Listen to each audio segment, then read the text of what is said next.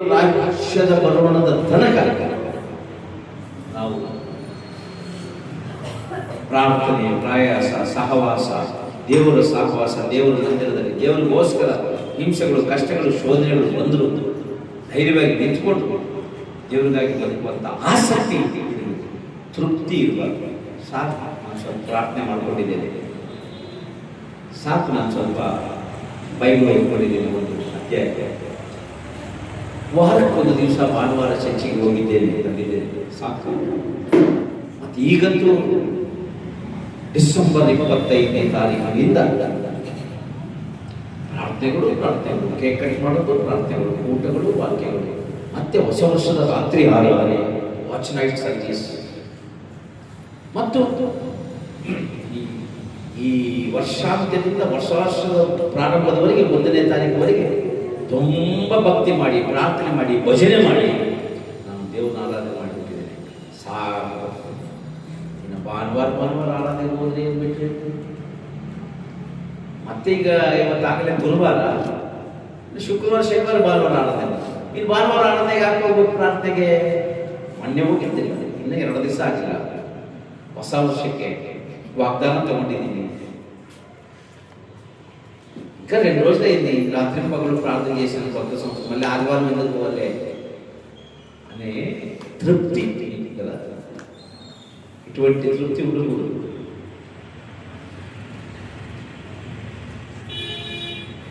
చేసిన కాటికి భక్తి చాలు, ಮಾಡಿದಷ್ಟು ಮಟ್ಟಿಗೆ ಭಕ್ತಿ ಸಾಕು. ಬಹಳ ಭಕ್ತಿ ಮಾಡ್ಕೊಂಡಿದ್ದೀನಿ. ವಾರೆಲ್ಲ ನಿದ್ದಿಲ್ಲ, ನೆಂಟರು ಅಡಿಗೆ ಮಾಡಿದೆ, ಕೇಕ್ ಕಟ್ ಮಾಡಿದೆ, ಚರ್ಚಿಗೆ ಹೋದೆ, ಪ್ರಾರ್ಥನೆ, ರಾತ್ರಿ ಪ್ರಾರ್ಥನೆ, ಮುಂಜಾನೆ ಪ್ರಾರ್ಥನೆ, ಉಪವಾಸ ಪ್ರಾರ್ಥನೆ ಮಾಡಿದೆ. ಇನ್ನು ಸಾಕು. ಈ ಹೊಸ ವರ್ಷದಲ್ಲಿ, ಈ 2026ನಲ್ಲಿ ಒಂದು ಭಾನುವಾರವನ್ನು ನಿನ್ನ ದೇವರ ಆಲಯವನ್ನು ತಪ್ಪಿಸಬಾರದು. ಯಾಕೆಂತಂದ್ರೆ ಭಕ್ತಿಹೀನರೊಂದಿಗೆ ಸೇರುವುದಕ್ಕಿಂತಲೂ ನಿನ್ನ ಮಂದಿರಾವರಣದಲ್ಲಿ ಒಂದು ದಿನವು ಕಳೆಯುವುದು. ಭಕ್ತಿಹೀನರೊಂದಿಗೆ ಸೇರುವುದಕ್ಕಿಂತಲೂ ನಿನ್ನ ಮಂದಿರಾವರಣದಲ್ಲಿ ಒಂದು ದಿನವು ಕಳೆಯುವುದು.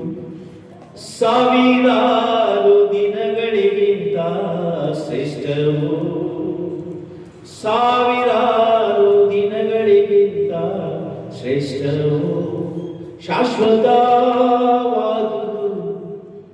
ನಿನ್ನ ಕೃಪೆ. ಆಮೆನ್. ಕಾಣಿಕೆಯಾದೆನು ನಿನ್ನ ಸನ್ನಿಧಿಲಿ, ಕಾಣಿಕೆಯಾದೆನು ನಿನ್ನ ಸನ್ನಿಧಿಲಿ, ಶಾಶ್ವತ ಕೃಪೆಯ ನಾ ಯೋಚಿಸಲು. ನಿನ್ನ ಕೃಪೆ ನಾನು ಯೋಚನೆ ಮಾಡುವಾಗ, ನಿನ್ನ ಕೃಪೆಯನ್ನು ನಾನು ಧ್ಯಾನಿಸುವಾಗ, ಸ್ವಾಮಿ ನಿನ್ನ ಕೃಪೆ ನನ್ನನ್ನು ಬದುಕಿಸಿದೆ, ನಿನ್ನ ಕೃಪೆ ನನ್ನನ್ನು ನಿಲ್ಲಿಸಿದೆ, ನಿನ್ನ ಕೃಪೆ ನನ್ನನ್ನು ಆಶ್ರಯಿಸಿದೆ. ಈ ನಿನ್ನ ಕೃಪೆಯಲ್ಲಿ ನಾನು ನಿಂತ್ಕೊಂಡಿದ್ದೀನಿ ಅಂದರೆ ನೀನಲ್ಲಿ ತೋರಿಸಿದ ದಯೆ. ಅದಕ್ಕೆ ನಿನ್ನ ಸನ್ನಿಧಿಯನ್ನು ಬಿಡೋಲ್ಲ ಅಂತ ನೀನು ಶ್ರದ್ಧೆಯಿಂದ ಒಂದು ಪ್ರಾರ್ಥನೆ ಕೂಟವನ್ನು ಕೂಡ ತಪ್ಪಿಸ್ಕೊಳ್ಳದೆ ದೇವರ ಸಹವಾಸದಲ್ಲಿ ಇರ್ತೀನಂತ ಈ 1ನೇ ತಾರೀಕು, ಈ 1ನೇ ದಿವಸದ ಆರಾಧನೆಗೆ ಬಂದ ನೀವು ತೀರ್ಮಾನ ಮಾಡಬೇಕು. ನೀವು ಒಳ್ಳೆ ತೀರ್ಮಾನ ಮಾಡಬೇಕು. ನನಗೆ ಕೆಲಸ, ಭಾಳ ಕೆಲಸ, ಬಿಸ್ನೆಸ್ಸು, ನಾನು ಭಾಳ ಬ್ಯುಸಿ ಪರ್ಸನ್. ದೇವರಿಗೆ ಒಂದು 3 ತಾಸು 4 ತಾಸು, ಒಂದು ಅರ್ಧ ದಿವಸ ದೇವರಿಗೆ ಸಮಯ ಕೊಡಲಾರ್ದಷ್ಟು ಬ್ಯುಸಿಯಾಗಿ ನಾನು ಕೇಳ್ತೇನೆ, ಎಷ್ಟು ಕೋಟಿ ಸಂಪಾದಿಸಿದ್ದೀಯ? ನೀನು ದುಡಿದದ್ದೆಲ್ಲ ನಷ್ಟ ಕಷ್ಟಗಳಿಗೆ, ಪಾಪ ಶಾಪಗಳಿಗೆ, ದರಿದ್ರಕ್ಕೆ ಕಾರಣ ದೇವರ ಸಾನ್ನಿಧ್ಯವನ್ನು ಬಿಟ್ಟು ಭಕ್ತಿಯಲ್ಲಿ ತೃಪ್ತನಾಗಿದ್ದರಿಂದ ನನ್ನ ಸಾಕು, ನಾನು ಭಾಳ ಭಕ್ತಿ ಮಾಡಿಬಿಟ್ಟಿದ್ದೆ, ನನ್ನ ತೃಪ್ತಿ ನಿಟ್ಟಿದೆ. ಅದೇ ಸಂಪಾದನೆಯಲ್ಲಿ ಅದರಲ್ಲಿ ತೃಪ್ತಿ ಇಲ್ಲ, ಆಸೆಗಳಿಗೆ ತೃಪ್ತಿ ಇಲ್ಲ. ಆಸೆ ಆಸೆ ಆಸೆ, ಯೇಸುವೇ ನನ್ನ ಆಸೆ, ಆಸೆ ಆಸೆ ಆಸೆ, ಸೇವೆಯೇ ನನ್ನ ಆಸೆ, ಆಸೆ ಆಸೆ ಆಸೆ, ಯೇಸುವೇ ನಿನ್ನಿನಂದರೆ ಆಸೆ. యేసయ్యా ನನಗೊಂದು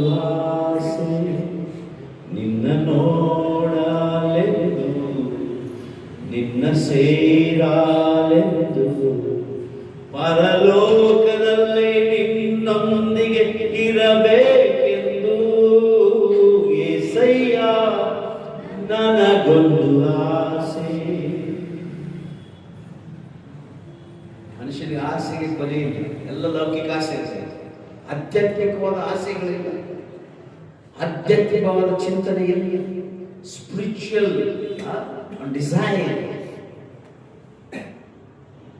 ಇದೆಯಾ? ಆತ್ಮ ಸಂಬಂಧವಾದ ಆಸೆಗಳು, ಕೋರಿಕೆಗಳಿವೆ. ಎಲ್ಲ ಶರೀರ ಸಂಬಂಧವಾದ ಕೋರಿಕೆಗಳೇ.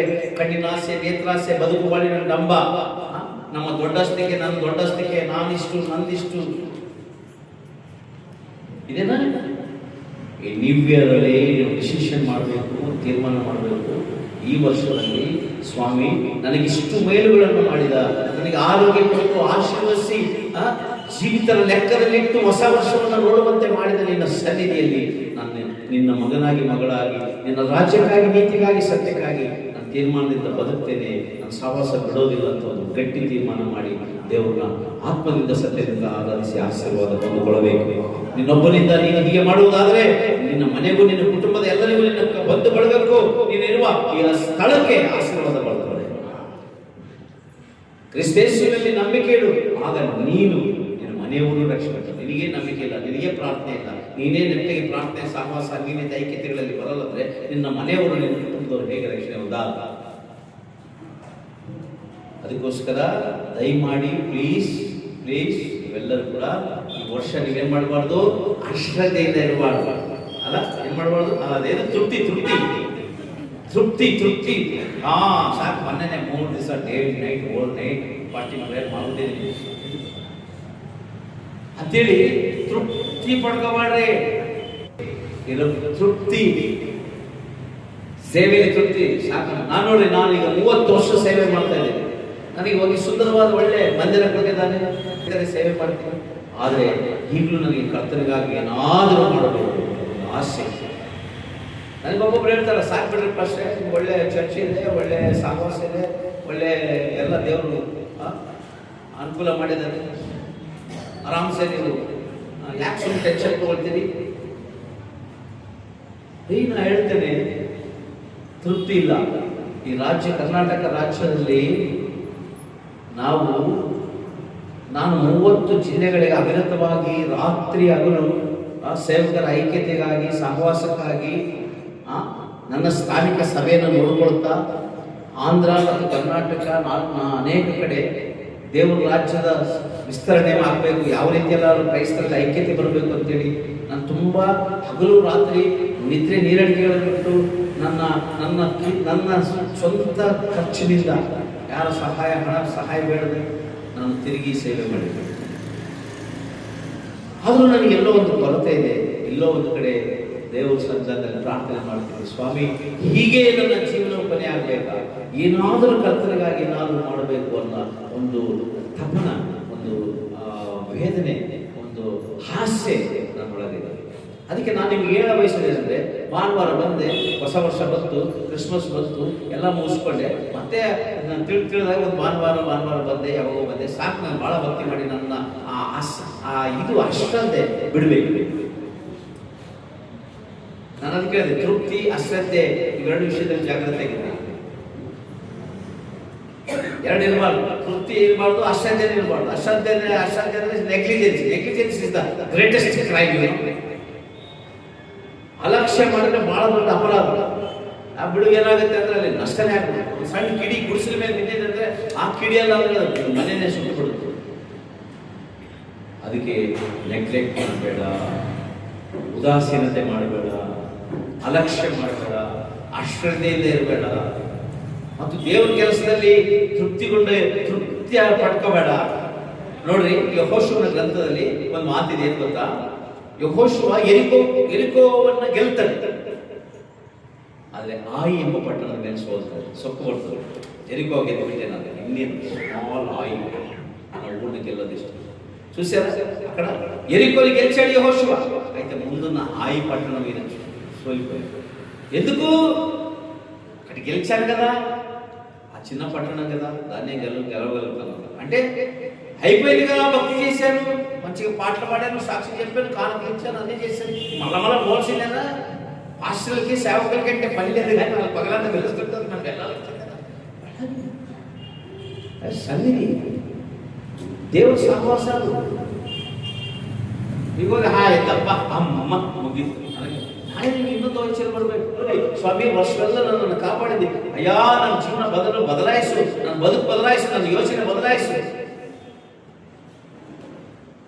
ನನ್ನ ಸ್ಥಿತಿ ಗತಿ ಪರಿಸ್ಥಿತಿಗಳನ್ನು ಬದಲಾಯಿಸು, ಹೀಗೇ ಹೋಗ್ಬೇಕಾ ನಾನು ಬದಲಾವಣೆ ಬೇಡವಾ ಅಂತ ಒಂದು ಪ್ರಶ್ನೆ ನಿನ್ನಲ್ಲಿ ಹುಟ್ಟಿಲ್ವಾ? ಅಂತ ಒಂದು ಆಸೆ ನಿನ್ನಲ್ಲಿ ಇಲ್ಲವಾ? ಬದಲಾವಣೆ ಜೀವಿತವನ್ನು ವಹಿಸಬೇಕು. ಕಾಲವು ಸಮೀಪವಾಗಿದೆ, ದಿನಗಳು ಕೆಟ್ಟವುಗಳಾದ್ದರಿಂದ ಸಮಯವನ್ನು ಸುಮ್ಮನೆ ಕಳ್ಕೊಳ್ಳದೆ ಅದನ್ನು ಬಹುಬೆಲೆಯುಳ್ಳದ್ದೆಂದೆಣಿಸಿ. ಸಮಯ ಬಹಳ ಕೆಟ್ಟದಿದ್ರೆ ಎಲ್ಲಿ ಏನ್ ಮಾತಾಡಿದ್ರು ತಪ್ಪೆ, ಒಳ್ಳೇದು ಹೇಳಿದ್ರು ತಪ್ಪೆ. ಹುಚ್ಚು ಮಾತು, ಹೊಲಸು ಮಾತು, ಹುಚ್ಚೆದ್ದೆ ಮಾತುಗಳು ಇವು ಕೆಲವರಿಗೆ ಇಷ್ಟ. ದೇವ್ರ ಮಾತುಗಳು ಹುಚ್ಚುತನ. ಕೆಲವರಿಗೆ ದೇವ್ರ ಮಾತುಗಳು ಸಹಿಸಲ್ಲ.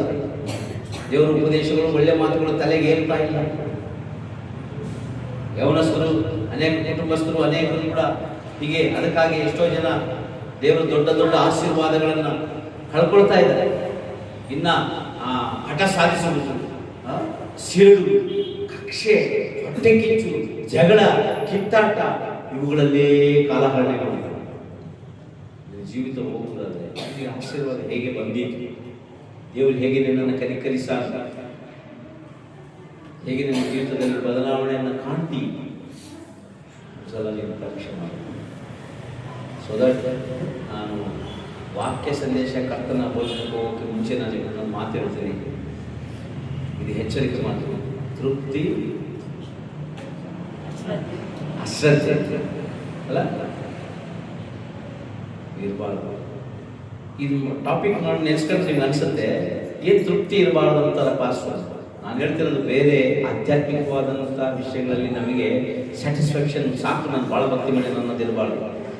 ಅವರು ಒಂದು ಕಡೆ ಹೇಳ್ತಾರೆ, ನಾನು ಕರ್ತನಿಗಾಗಿ ಇನ್ನೂ ಮಾಡಬೇಕಾದ್ದು ಬಹಳ ಇದೆ ಅಂತ. ನಾನು ಮಾಡಿಬಿಟ್ಟು ತಿಳಿಸ್ಬಿಟ್ಟು ನಾನು ಒಂದು ಕಡೆ ಒಂದು ಮಾತು ಹೇಳ್ತಾರೆ ಪೌಲನು ನನ್ನ ಪತ್ರಿಕೆಯಲ್ಲಿ, ಸಂಪೂರ್ಣರಾಗುವುದಕ್ಕಾಗಿ ಸಾಗಿ ಹೋಗೋಣ ಅಂತ.